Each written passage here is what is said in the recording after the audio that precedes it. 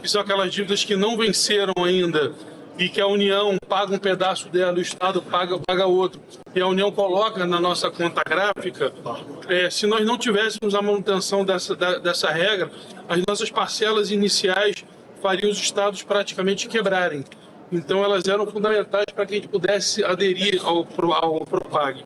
E a segunda regra é a utilização da nossa fatia desse novo Fundo de Desenvolvimento Regional, que na seguinte ideia: aqueles estados muito endividados, com dívidas que fossem da mesma natureza do fundo, ou seja, dívidas contraídas para infraestrutura, que pudesse optar, ao invés de fazer investimentos novos gastos, pegar gastos antigos que sejam da mesma natureza do fundo e abater, então, para que pudesse entrar na regra do Propag e ter o verdadeiro abatimento pela primeira vez. E aí eu queria muito aqui parabenizar o presidente Rodrigo Pacheco, que foi o autor desse projeto, um projeto que eu tenho orgulho de ter levantado os olhos do presidente Pacheco, e ele brilhantemente fez o projeto. Os relatores na Câmara e no Senado, o relator que hoje, o presidente Davi Alcolumbre, e o doutor Luizinho, que infelizmente não está aqui com a gente, mas que relatou brilhantemente, e que nós conseguimos, com esse veto de hoje, ter uma perspectiva dos estados voltarem a ter capacidade de investimento em infraestrutura, em segurança pública, em saúde, em educação. Devolve uma perspectiva muito interessante para os estados. A gente sabe que hoje há uma concentração de recursos na União, e você tem estados e municípios, sobretudo aqueles que mais produzem, com dívidas mais impagáveis ainda. Por exemplo, mesmo sem eu sou o único governador da história do Rio de Janeiro que não peguei nenhum real empréstimo, não fiz nenhum adiantamento de receita, nada. E ainda assim, a minha dívida cresceu de 160 para quase 180 bilhões. Como é que pode alguém que pagou 25 bilhões, não fez dívida nenhuma, ter a sua dívida acrescida em quase 20 bilhões. Então essa era a realidade a qual os estados eram submetidos.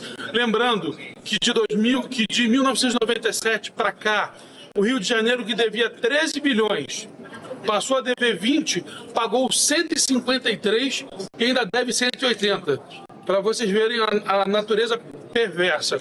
E aqui eu queria fazer um reconhecimento público ao presidente da República, que mesmo sendo estados de outra natureza política, ele entendeu a importância do estado. Então eu queria reconhecer o gesto e agradecer ao presidente Lula, agradecer à minha ministra Gleisi, que num determinado momento foi fundamental para destravar, e agradecer ao senador Randolph, que tocou esse acordo, junto com o pessoal, sobretudo o secretário Dario Duniga, e os membros. A gente diverge e critica quando tem que criticar, mas somos republicanos na hora de reconhecer e agradecer. Então, agradeço em meu nome, em nome do governador Tarcísio, do governador Zema, do governador Caiado, do governador Eduardo Leite e de outros que terão oportunidades de agora tanto aderirem para ter direito ao fundo, quanto a aderirem para ter suas dívidas renegociadas. Nós realmente reconhecemos a importância desse gesto do governo, e com toda a tranquilidade aqui aproveito o espaço para agradecer e dizer que a gente pode sim estar vivendo uma nova realidade a partir de hoje. Governador, então, totalmente contemplado com a análise do veto? Eu acho que é o seguinte, totalmente contemplado ou não dá para dizer, mas dentro daquilo que foi acordado, o que foi mantido foi importante. Ainda assim é um projeto histórico. É óbvio, a gente vai sempre querer avançar mais, mas dentro do que foi possível, é uma grande ação, sim, é um grande projeto e é um divisor de águas, sim. Tem que ser muito, muito justo e reconhecer que, é óbvio, tem agora a época da adesão, ainda tem algumas batalhas, alguns rounds a serem travados, mas com certeza é um projeto que entra para a história do Brasil todo e, no meu caso, do Rio de Janeiro. O senhor disse que está com uma colaboração com o governo, com a ministra Reis, o presidente. O senhor também pretende que essa união federativa permaneça na análise do PL antifacção, agora no Senado? É o que a gente espera. Esse é um problema do Brasil todo. Eu tenho falado que o Rio de Janeiro é o epicentro, que a gente precisa deixar as miopias de lado, entender e enxergar que esse é o maior problema do Brasil hoje. Tem pesquisa da Quest, já mostrou, e alguns outros institutos, que a maior preocupação do cidadão hoje é a segurança pública. E encontrar instrumentos reais para que a gente possa combater a criminalidade. O deputado Derrite já fez um primeiro grande trabalho e eu acredito que o Senado da República tenha toda a condição de melhorar o projeto ainda e a gente poder ter um instrumento real de combate a esses narcoterroristas que vêm assolando territórios e cidadãos. O senhor tinha uma visita hoje com o ex-presidente Jair Bolsonaro. O senhor vai pedir uma nova visita agora que ele está em prisão? Vou pedir sim, com certeza. Infelizmente não consegui. Era ontem, na verdade. Não consegui visitá-lo, esperar mais uma semana e reiterar o pedido para eu poder visitá-lo. O senhor tem mais alguma agenda hoje aqui em Brasília? Não, estou aqui desde terça-feira, tenho que correr para o meu estado e tem muita coisa para ser feita lá. Gostaria de comentar as operações?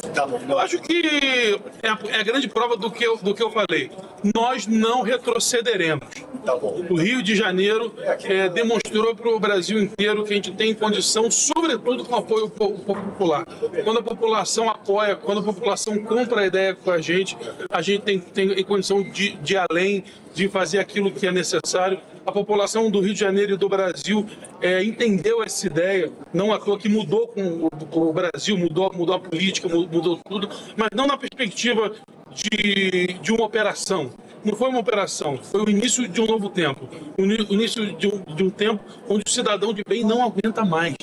O cidadão de bem não aguenta mais deixar o seu filho brincar na rua, ficar com medo se volta para casa ou se não volta, não poder sair falando no seu celular. Isso o cidadão de bem não quer mais.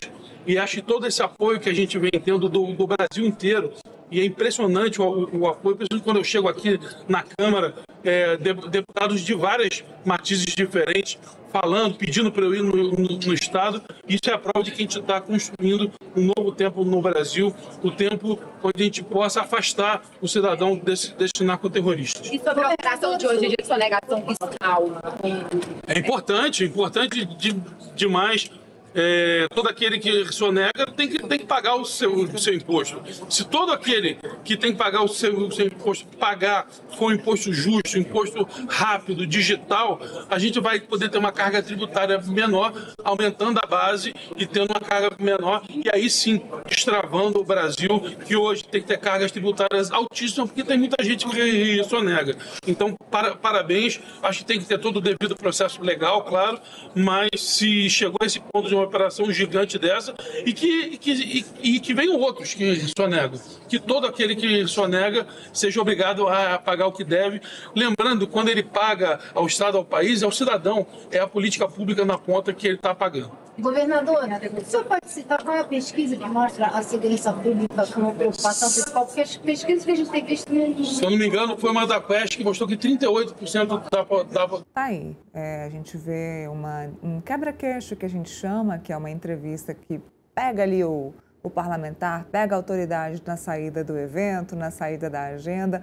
O governador Cláudio Castro falando da Propag, ou seja, o Congresso conseguiu derrubar o veto sobre o Propag. O Propag é uma espécie aí de renegociação de pagamento de dívidas dos estados com a União.